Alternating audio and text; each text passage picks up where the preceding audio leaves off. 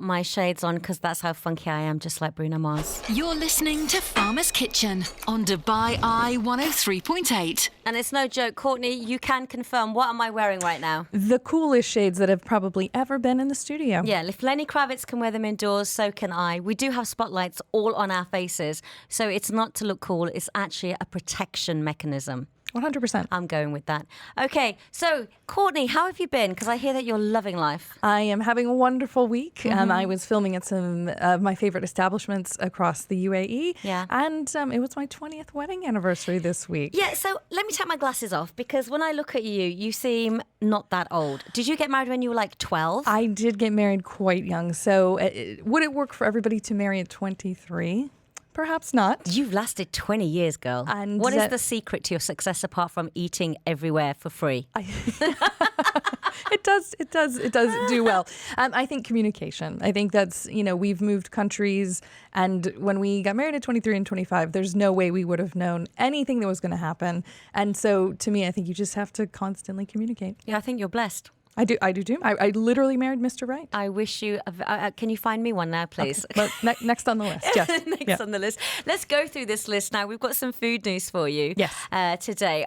I did some research. I'm going to test you on this. Let's talk about restaurant slang or stroke lingo. Okay. Is there lingo for that industry? There 100% is. And there's some shows that have come back recently. The Bear is a very... We've got season 2 now. And what they're doing is introducing kind of some of this language into the vernacular.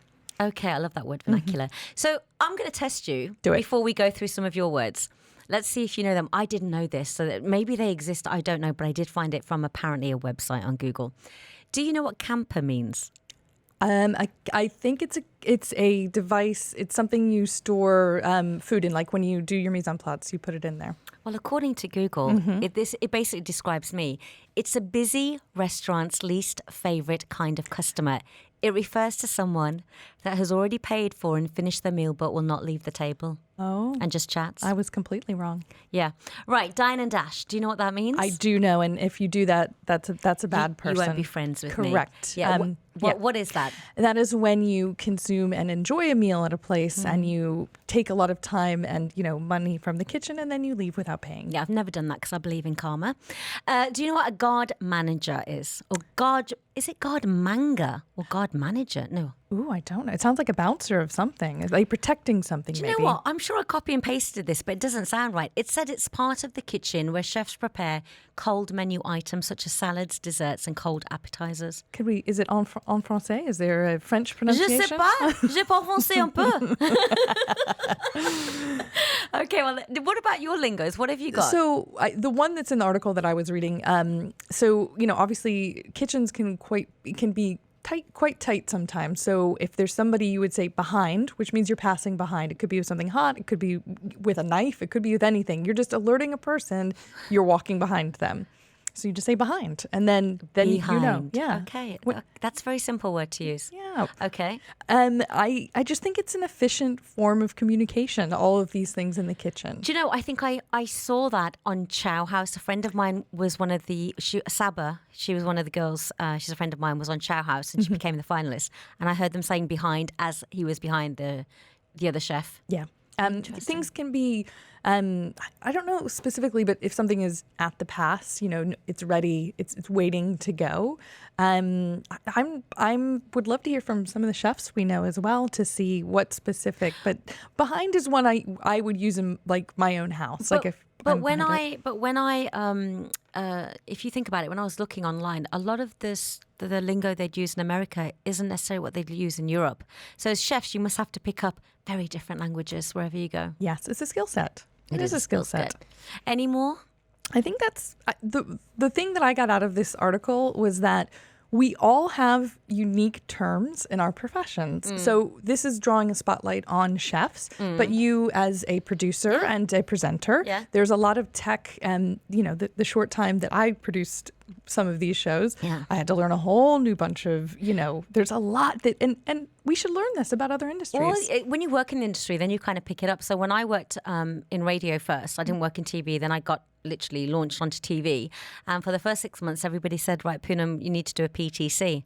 I'm like, I know TCP, which is like what we use to clean a scar or something, or, or an injury in England. What is a PTC? And I didn't say anything because I was so embarrassed. It means piece to camera when you're on TV.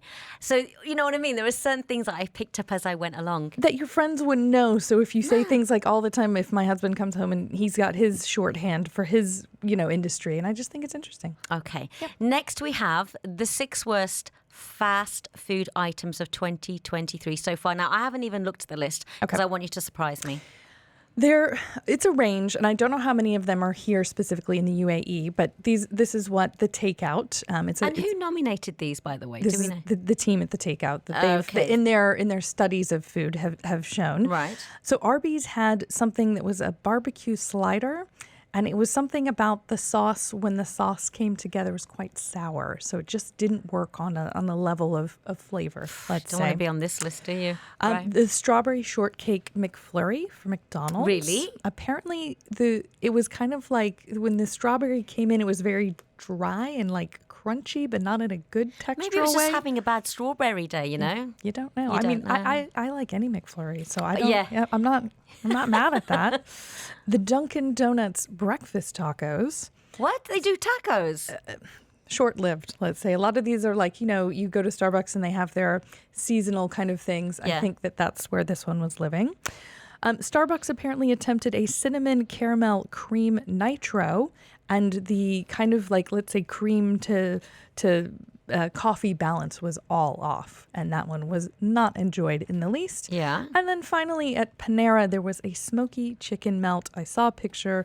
I don't want to see it again. There was nothing inspiring or appetizing about that sandwich at all. Okay, Yeah. interesting. All right, I don't think I've had any of them. I've had the flurry, but not the strawberry one. Gotcha.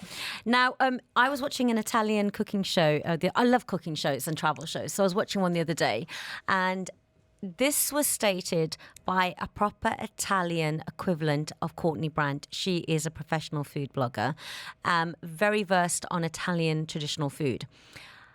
You're saying, according to this article, the story behind the margherita pizza, how it got its name after the Queen, is it true or it's false? According to this Italian food blogger, it's true. Mm-hmm. But you're saying it may not be. Okay, so this is a deep dive into what we think of as the national dish, and that's different for every country, and this comes from a really well-researched article on Atlas Obscura. Yeah. And when you start to unpack, how about this?